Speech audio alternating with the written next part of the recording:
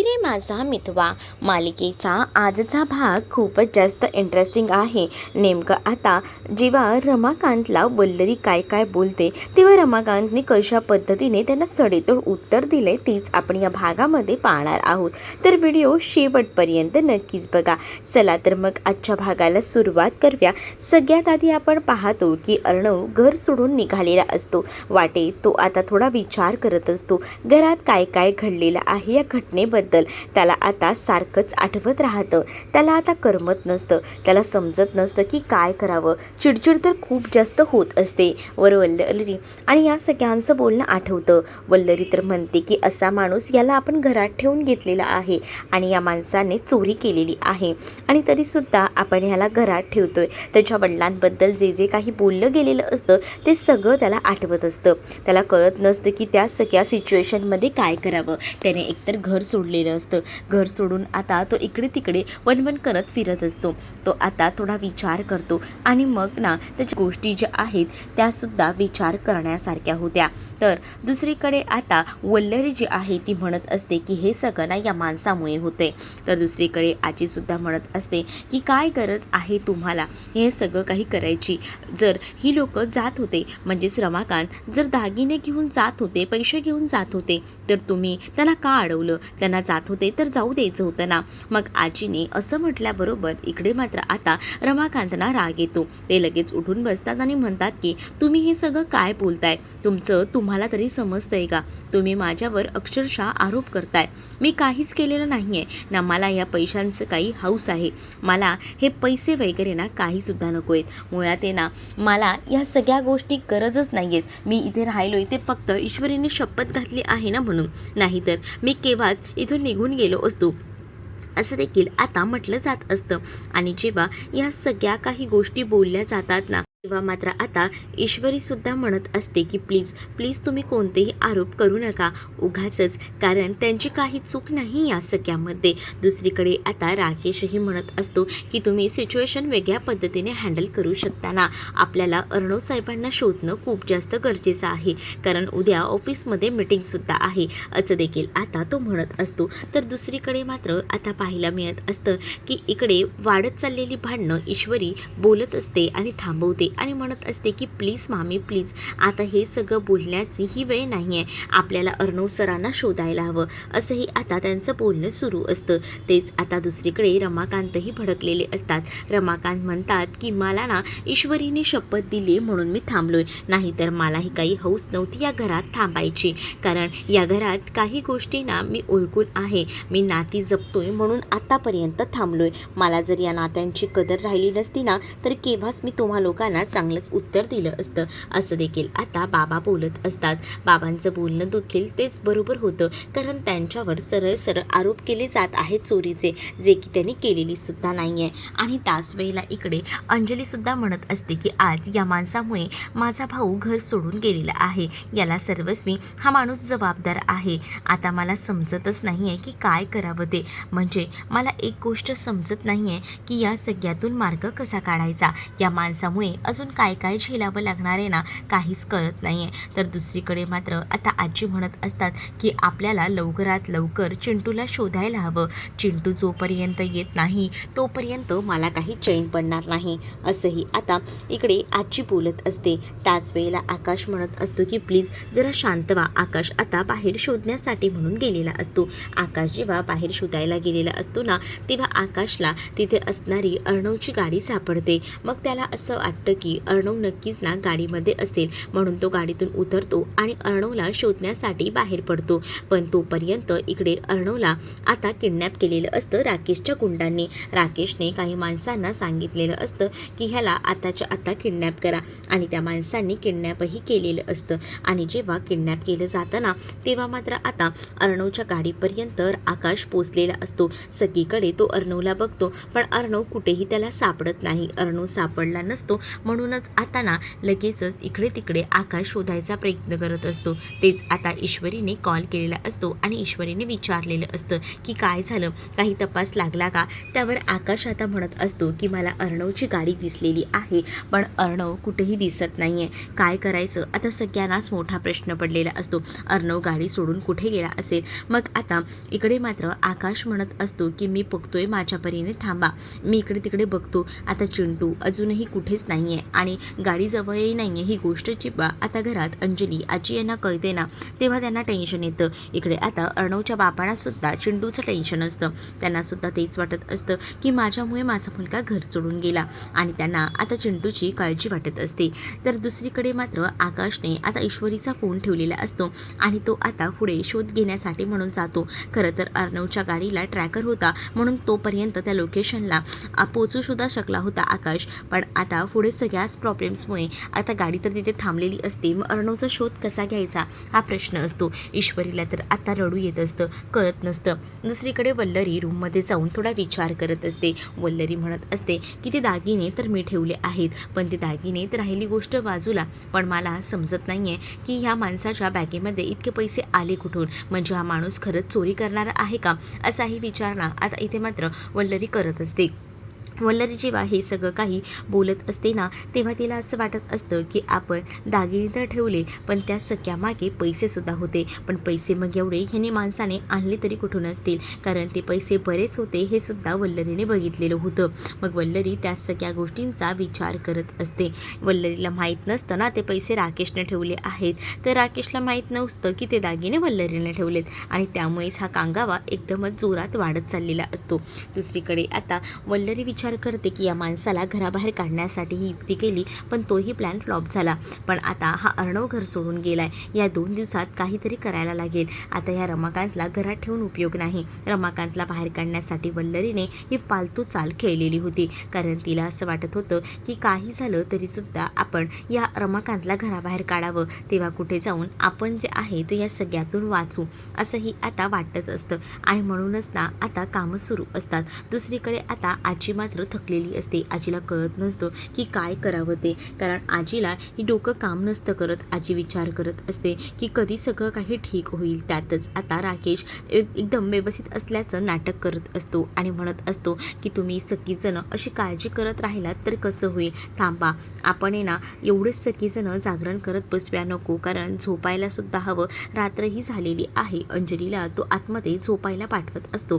तेवढ्यातच ना आतून बाळाचा आवाजसुद्धा येतो. बाळ खूप जास्त रडू लागतं. कर्णिकाचा आवाज आल्याबरोबर आजी अंजलीला सांगतात की अंजली तू इथे थांबू नकोस, ऑलरेडी बाळ एकटा आहे, आतमध्ये जा, तिला भूकही लागली असेल आणि रात्रही भरपूर झाली आहे. अंजलीचा काही पाऊल तिकडनं निघत नसतं, कारण अंजलीला तेच वाटत असतं ना की काय करावं म्हणून अंजली ना थोडा विचार करत असते. अंजलीला कळत नसतं की या सगळ्या काही गोष्टी कशा काय होतील आणि त्यामुळेच ना अंजली थोडी डिस्टर्ब असते. अंजलीला समजत नसतं की काय करू ते, म्हणून अंजली विचार करत असते. तर राकेशला आता कॉल आलेला असतो की उद्या मीटिंग आहे, त्यामुळे आता वेळेवर येणं गरजेचं आहे. मीटिंग आहे म्हटल्यामुळे आता सगळीजणं जी आहेत ती मात्र आता वाट बघत असतात.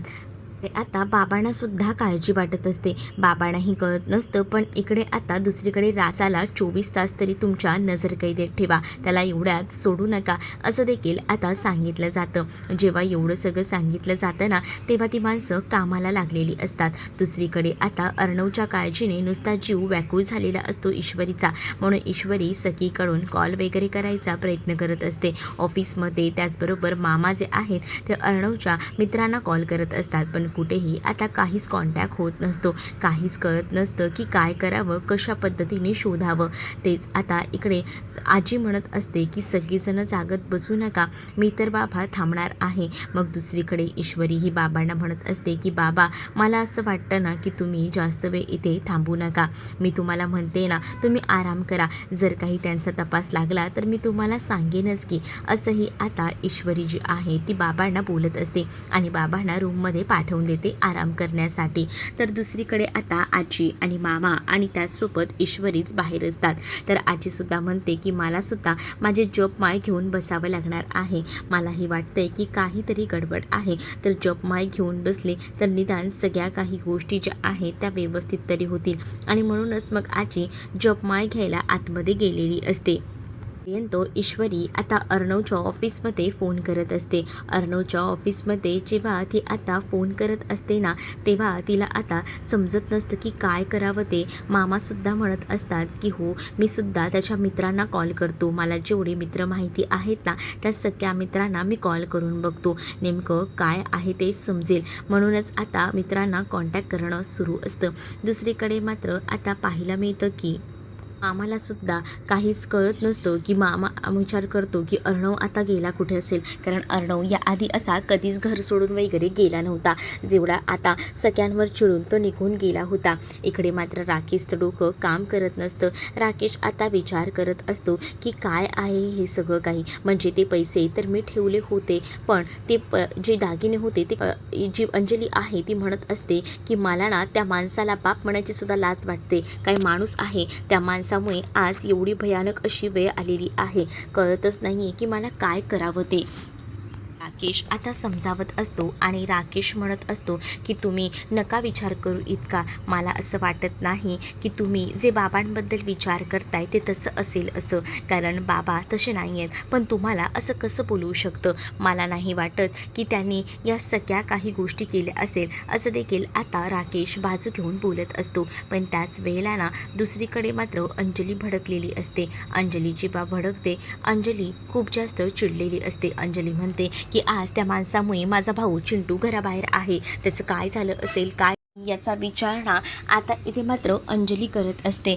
आणि याबद्दल राकेशला सुद्धा ती बोलून दाखवत असते. राकेशच्या डोक्यात मात्र भलतेच प्लॅनिंग सुरू असतात. तो म्हणत असतो की तुझा भाऊ काय आता एवढंच सापडत नसतो. 24 तास उलटून गेले ना की तुला सगळंच काही भेटेल. तुझा भाऊही भेटेल आणि मग काय, असंही आता तो एकटाच बडबडत असतो मनातल्या असते. आजीसुद्धा आता जपमाळ करत असतानाच तिला असं वाटत असतं की काही झालं तरीसुद्धा आपल्या नातवालाच म्हणजे अर्णवला काही व्हायला नको. तो अगदीच व्यवस्थित असायला हवा. दुसरीकडे आता अर्णव अजूनही घरी आलेला नाही आहे. त्यामुळे आता वाटत असतं की काही झालं तरीसुद्धा ना आपण एकदा ना पोलिसात कंप्लेंट करायची का, कारण कुठेच ना तपास लागत नसतो. आणि म्हणूनच तो विचार येत असतो की त्यापेक्षा आपण एक काम करूया, पोलिसात तक्रार करूया. पोलिसात तक्रार केल्यावर निदान आपल्याला अर्णव तरी सापडेल, कारण अर्णवचा असा काहीच आता पता लागत नसतो. त्यामुळेच आता टेन्शनचं वातावरण झालेलं असतं. मामा आणि ईश्वरी आता घराबाहेर पडत असतात. पण राकेश हा मनातल्या मनात म्हणत असतो की जा कंप्लेंट करा. पण मला माहिती आहे ना तुमची कंप्लेंट घेऊनही शकणार नाही आहे, कारण 24 तासाच्या नंतरच कंप्लेंट घेतली जाते. असं आता इकडे मात्र माच असतो या राकेशला. तर दुसरीकडे मात्र आता पाहायला मिळत असतं ईश्वरी म्हणत असते की खरंच मला आता टेन्शन आलं आहे या सगळ्या गोष्टींचं. मग आता जो राकेश आहे तो मात्र म्हणत असतो की बरं झालं ही लोक बाहेर तर पडत आहे, पण ह्यांना त्यांचा अर्णव कुठेही सापडणार नाही. जोपर्यंत माझा झोल पूर्ण करून होत नाही ना तोपर्यंत 35 लाख मला काही झाले तरी वेळेच्या वेळी जागेवर ठेवायला हवेत, नाहीतर सगळंच माझ्या हातातून निसटू शकतं हेही त्याला माहिती असतं. आणि म्हणूनच त्याने या 24 तासांसाठी का होईना अर्णवला किडनॅप केलेलं असतं. आणि त्यामुळेच आता तो खूप जास्त खुश असतो. तो फक्त आता विचार करत असतो की ह्या सगळ्यांना मॅनेज कसं करायचं. आणि त्याचसाठी त्याने अर्णवला किडनॅप करून ठेवलेलं होतं. अर्णवला आता ज्या माणसांनी किडनॅप केलेलं होतं ना ते माणसं अर्णवला पूर्ण त्या खुर्चीला बांधून ठेवतात. अर्णव आता बेशुद्ध अवस्थेत असतो, कारण त्यांनी त्याच्या तोंडाला रुमाल लावून आणला होता. त्या नाकात ड्रॉप्स केल्यामुळे आता मात्र त्याला बेशुद्ध तो झालेला असतो. आणि त्यावेळेला अर्णवला पूर्णपणे खुर्चीला पॅक केलं जातं. अर्णवच्या तोंडाला सुद्धा पट्टी लावली जाते, जेणेकरून अर्णव ओरडायला नको, तो काही बोलायला नको याची सोयसुद्धा त्या लोकांनी करून ठेवलेली असते. आता तिथे जी गुंड असतात ना ते गुंड मात्र म्हणत असतात की काम तर झालं आहे, शेठला फोन करून सांगायला हवं. हे राकेशचे गुंड असतात आणि राकेशच्या गुंडांनी राकेशच्या बोलण्याप्रमाणे काम केलेलं असतं. खरंच ना आजचा भाग खूप जास्त बोरिंग होता. तर दुसरीकडे मात्र अर्णव जो आहे त्याला आता बांधून ठेवलेलं असतं. आणि जेव्हा बांधून ठेवलं जातं ना तेव्हा तो बेशुद्ध अवस्थेत असतो. दुसरीकडे आता अर्णव नाही आहे म्हणून मामा आणि त्यासोबत ईश्वरी पोलीस स्टेशनला जायचं ठरवतात. पोलीस स्टेशनमध्ये आल्यानंतर तिथे ऑलरेडी सगळीजणं असतात. त्यांच्यासमोर जाऊनच एका हवालदाराला ईश्वरी सांगत असते की मला मिसिंग कंप्लेंट करायची आहे. मग आता कोणाबद्दल तर ती सांगू लागते की अर्णव राजेशिर्के, सात्विक फॅशनचे अर्णव राजेशिर्के का, असं तो हवालदार विचारतो. त्यावर ईश्वरी म्हणते की हो, पण हे सगळं कधी झाले, हवालदार विचारतो. त्यावर ईश्वरी सांगते की आता काही तासांपूर्वी ते घर सोडून गेलेले आहेत. म्हणजे ते कुठे गेलेत काहीच कळत नाही आहे. त्यांची गाडी तर एका ठिकाणावर आहे पण काहीच गोष्टी कळत नाही आहेत असंही आता म्हटलं जातं. पण हवालदार म्हणतो की नाही, आम्ही कंप्लेंट घेऊ शकत नाही. ईश्वरी म्हणते की असं कसं चालणार आहे, कंप्लेंट प्लीज घ्या, प्लीज असं करू नका, असं बोलून ईश्वरी आता रिक्वेस्ट करत असते.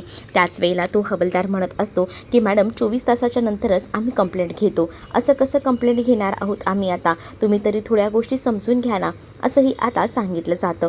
तेवढ्यातच तिकडे आता इन्स्पेक्टर येतात आणि इन्स्पेक्टर आल्यानंतर विचारतात की नक्की काय प्रॉब्लेम आहे. आणि त्याच वेळेला जेव्हा ते विचारतात ना, तेव्हा ईश्वरी सांगू लागते की माझा नवरा 1 तासापूर्वी घरातून बाहेर पडला आहे, तो कुठे गेला आहे काय गेला आहे खरंच माहीत नाही आहे. आणि त्यामुळेच ना त्यांची गाडीसुद्धा एका ठिकाणी पार्क केलेली आहे. गाडीत ते नाही आहेत, मग तुम्ही गाडीपर्यंत कसे पोहोचलात. खरं तर माझा मुलगा आकाश, त्याच्याकडे त्याच्या गाडीचा ट्रॅकर आहे, त्यामुळे आम्हाला गाडीपर्यंतचं लोकेशन मिळालं म्हणून आम्ही त्याला शोधायला गेलेलो असताना तो काही आम्हाला सापडला नाही, असं मामा सगळं काही सांगत असतो. पण प्लीज प्लीज तुम्ही काहीतरी करा आणि आमच्या मुलाला शोधून काढा, असं देखील आता मामाचं म्हणणं असतं. तर आता ही म्हणजे अर्णव जो आहे त्याचा हाय प्रोफाईल आहे, त्यामुळे 24 तासाच्या आत त्याची कंप्लेंट घेऊ जाऊ शकते, असं देखील इन्स्पेक्टर सांगत असतात. आणि त्यामुळेच ना इन्स्पेक्टर जेव्हा या सगळ्या काही गोष्टी सांगतात तेव्हा हवालदाराला कंप्लेंट लिहून घ्यावीच लागत असते. ईश्वरीला आता ते कसं बसं शांत करत असतात. ईश्वरीला सांगत असतात की प्लीज मॅडम तुम्ही पॅनिक होऊ नका, आम्ही आमच्या परीने प्रयत्न करतोय, असं देखील आता बोललं जात असतं. आणि मग काय, ईश्वरीला सगळ्या काही गोष्टी हळूहळू विचारल्या जातात. तू आता आम्हाला सांगशील का की काय घडलं होतं. त्यावर ईश्वरी घरात घडलेला प्रसंग सांगते आणि मग म्हणत असते की सॉरी, पण मला ना प्लीज लवकरात लवकर त्यांना शोधून द्या, कारण मला असं वाटतं की ते भेटायला हवेत लवकर आणि त्याचसाठी मी इथे आलेली आहे. तुम्ही करू शकता ना या सगळ्या काही गोष्टी, प्लीज करा ना, असंही आता बोललं जातं. आणि मग काय, मग आता पोलीसही कंप्लेंट लिहून घेतात. मग जेव्हा अर्णवची पोलीस कंप्लेंट लिहून घेतात ना, तेव्हा मात्र आता इकडे अर्णव जो आहे तो अजूनही घरी आलेला नसतो, म्हणून इथे आजीला झोपही लागत नसते. पण या सगळ्यामध्ये मात्र आता जो राकेश आहे तो खुश असतो, कारण राकेशला माहिती आहे की जे काही काम आहे ते त्यानेच केलेलं आहे, त्यामुळे तो खूप जास्त खुश असतो. दुसरीकडे आकाशही घरी येतो. आकाशचाही फोन एवढा वेळ लागत नव्हता, पण आता जेव्हा आकाश घरी येतो तेव्हा विचारतो की काय झालं, ईश्वरी आणि बाबा कुठे आहेत. त्यावर राकेश म्हणतो की ते पोलीस स्टेशनला कंप्लेंट करायला गेलेले आहेत. पोलीस स्टेशनला कंप्लेंट करायला, मग अजूनही अर्णवचा काहीच पत्ता लागला नाही. हो, मी सुद्धा गाडीमध्ये पाहिलं, पण गाडीच्या इथे गेल्यानंतर तेव्हासुद्धा बघितलं तिथे काहीच नव्हतं. आणि तेव्हासुद्धा मला असंच वाटलं की काय झालं असेल असा विचार मनामध्ये आला, पण कळत नाही आहे की काय करू दे. त्याची गाडी फक्त तिथे होती पण तो नाही आहे, मग त्याचा शोध घेणंसुद्धा तितकंच गरजेचं आहे. हे काय आकाश भाऊजी, तुम्ही आलात का, काय झालं अर्णव सरांचं, भेटले का ते. तर तो म्हणतो की नाही, पोलीस काय बोलले, पोलिसांनी कंप्लेंट लिहून घेतली आहे, आता ते त्याच्या परीने शोध घेणार आहेत. मग कधी भेटेल आपल्याला आपला अर्णव, असंच आता इकडे मात्र आजीला वाटत असतं. सगळीजणं खूप जास्त टेन्शनमध्ये असतात, कारण अजूनही आता पत्ता लागलेला नसतो. मग कळत नसतं की काय करावं ते. आणि म्हणूनच मग आता या सगळ्या गोष्टी होत असताना मामासुद्धा आता आजीला म्हणत असतात की तू आराम कर, जा रूममध्ये. पण आजी काही ऐकायला तयार नसते. आजी म्हणत असते की जोपर्यंत चिंटू येत नाही तोपर्यंत मी आता कुठेच जाणार नाही, मी इथेच थांबणार आहे. जेव्हा चिंटू येईल ना तेव्हाच मी इथून जाईन, असंही आता म्हटलं जातं. तर दुसरीकडे मात्र आता पाहायला मिळत असतं की इकडे आता मामा आणि त्याचबरोबर राकेश मामांकडे वगैरे बघत असतो, कारण त्याला असं वाटत असतं की या लोकांनी खरंच पोलिसात कंप्लेंट केली तर काय.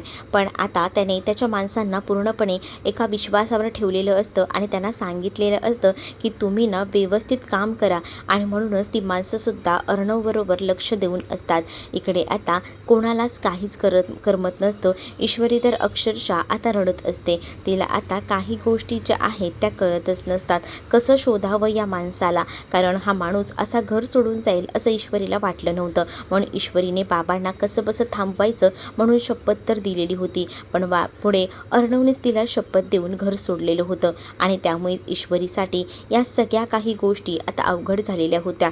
त्यातच आता राकेशने म्हटलेलं होतं की उद्या मीटिंगसुद्धा आहे. तर इकडे आता अंजलीलासुद्धा टेन्शन येतं, कारण अर्णवचा पत्ता नसतो. मग आता हा कुठे गेला असेल असंच वाटत असतं. आणि त्यातच आता या सगळ्या गोष्टी अशा पद्धतीने होत असतानाच ना, दुसरीकडे आता राकेश मात्र खूप जास्त खुश असतो. राकेश म्हणत असतो की तुम्हाला काही झालं तरीसुद्धा तुमचा चिंटू भेटणार नाही आहे. जिलेबी, माझी इंदोरी जिलेबी, थोडा त्रास सहन कर गं. तुझा जो अर्णव आहे ना, तो काही एवढ्यात भेटणार नाही आहे बघ, असंही आता सांगितलं जातं. आणि जेव्हा या सगळ्या काही गोष्टी सांगितल्या जातात ना, तो मनातल्या मनातच हे सगळं काही बोलत असतो आणि हसत असतो. आणि जेव्हा ह्या सगळ्या गोष्टी बघून तो हसतो ना, इकडे आता अर्णवला जाग आलेली असते. अर्णव इकडे तिकडे बघू लागतो आणि तेव्हा ना अर्णवचा आवाज आला हे त्या माणसांना कळतं. अर्णवचा आवाज आला हे त्या माणसांना कळल्याबरोबर आता ते मात्र अर्णवकडे जातात आणि अर्णवचं तोंड बंद करण्यासाठी प्रयत्न करत असतात. अर्णव बिचारा अडकलेला असतो एका द्विधा मनस्थितीमध्ये. त्याला कळत नसते की तो कुठे आहे आणि तो विचार करतो की मला काही झालं तरी इथून सुटायला हवं. आणि यासाठी त्याचे प्रयत्न जे आहेत ते आता सुरू असतात. जेव्हा तो ह्या सगळ्याचे प्रयत्न करत असतो तेव्हा मात्र आता ते गुंड काही केल्या आता सोडत नसतात. आणि त्यामुळेच आता सगळं जगणं जे आहे ते मुश्किल झालेलं असतं अर्णवला काही गोष्टींना कळत नसतात की काय करावं ते. आणि त्यामुळेच ना अर्णव थोडा विचार करत असतो. अर्णव आता एका बंद रूममध्ये अडकलेला असतो, पण तिथून बाहेर पडणं हे सुद्धा त्याच्यासाठी डिफिकल्ट असतं. तर दुसरीकडे मात्र अर्णवला ज्या गुंडांनी किडनॅप केलेलं असतं ते गुंड हे राकेशचे असतात. आणि तेव्हा दुसऱ्या दिवशी सकाळी ते राकेशला कॉल करतात आणि राकेशला कॉल करून ते म्हणत असतात की सर, आम्हाला तुम्हाला एक सांगायचं आहे की अर्णवचा फोन जो आहे त्या फोनवर जर कॉन्टॅक्ट करून बघा. मग आता राकेशही झोपेतनं उठतो आणि तुम्ही मला असं का सांगताय, कारण त्याचा फोन कुठेही सापडत नाही आहे म्हणून मी म्हटलं. मग आता त्या फोनला कॉल लावला जातो. मग फोन लावल्यानंतर आता समजतं की तो फोन जो आहे तो तर स्विच ऑफ लागतोय. तेव्हा कुठे जाऊन इकडे मात्र राकेशचा जीव जो आहे तो भांड्यात पडतो. मग दुसरीकडे मात्र आता पाहायला मिळत असतं की राकेश थोडा विचित्र पद्धतीनेच घाबरलेला असतो, कारण त्याला असं वाटतं की त्याने जे काही केलेलं आहे त्याची मेहनत वाया तर गेलेली नाही ना. पण त्याची मेहनत जी आहे ती आता वाया गेलेली नसते, तो आता सक्सेसच असतो असंही आता म्हणायला हरकत नाही, कारण त्या गुंडांच्या ताब्यात अजूनही अर्णव असतोच. मग दुसरीकडे मात्र आता पाहायला मिळतं राकेशने कॉल तर केलेला असतो, पण अर्णवचा फोन बंद असल्यामुळे आता अर्णवचा फोन ट्रॅक झाल्यानंतरच समजणार असेल की अर्णव नेमका कुठे गेला आहे. पण राकेश 2 मिनिटाला का होईना थोडासा घाबरलेला असतो, पण आता तो विचार करत असतो की चला लवकरात लवकर पैशांचा बंदोबस्त तर करायला हवा, कारण ते पैसे जे आहे त्याचा झोल करण्यासाठी आपण या सगळ्या काही गोष्टी केलेल्या आहेत हे सुद्धा लक्षात येतं. दुसरीकडे आता जे बाबा आहेत ते आता समोर बसलेले असतात आणि बाबा जे आहेत ते आता मंत्र वगैरे बोलत असतात, कारण त्यांना असंच वाटत असतं की काही झालं तरीसुद्धा आपल्याला जे आहे ते शोधायला हवं, कारण अजूनही काही झालं तरी पत्ता काही लागत नसतो. कुठे केला असेल असा विचार मनामध्ये येऊ लागलेला असतो. आणि त्यामुळेच ना बाबा आता बसलेले असतात ते देवासमोर. आणि तेव्हाच ना ईश्वरी म्हणत असते आजीना की जा ना, तुम्ही जरा आराम करा आजी, प्लीज असं करू नका, तुम्ही अशाच जर थांबल्यात तर कसं होईल. पण आता आजी ऐकत नसते. आजी म्हणत असते की मी इथे पडले होते, जेव्हा मला असाच डोळा लागला ना तेव्हा मला स्वप्न पडलं होतं की आपल्या अर्णवचं अपहरण झालं आहे, त्यामुळे डोळ्यासुद्धा लावत नाही आहे, सगळ्या त्याच गोष्टी आठवत राहत आहेत, म्हणूनच थोडी इथेच वेळ बसते, असंही आता आजी जी आहे ती बोलत असते. आजी जेव्हा या सगळ्या काही गोष्टी बोलते तेव्हा मात्र आता इकडे ईश्वरी सुद्धा विचार करत असते. तर आता पुढील भागातमध्ये पाहायला मिळत असतं की पोलीस स्टेशनमधून फोन आलेला असतो की आम्हाला एक डेड बॉडी सापडली आहे. आणि त्यामुळे आता ईश्वरी आणि त्यासोबत आकाश हे दोघंही जण जातात आणि तिकडे जाऊन शोधाशोध करत असतात. आणि जेव्हा दोघंही जण जाऊन शोधतात ना तेव्हा आता अर्णवचे काही कपडे आणि त्यासोबत अर्णवचं घड्याळ त्या लोकांना सापडतं. आणि तेव्हाच ना जेव्हा ते एका रूममध्ये घेऊन जातात जिथे डेड बॉडी असते तिथे बघितल्यानंतर ना आता त्या त्या डेड बॉडीवरचा कापड बाजूला केला जात असतो.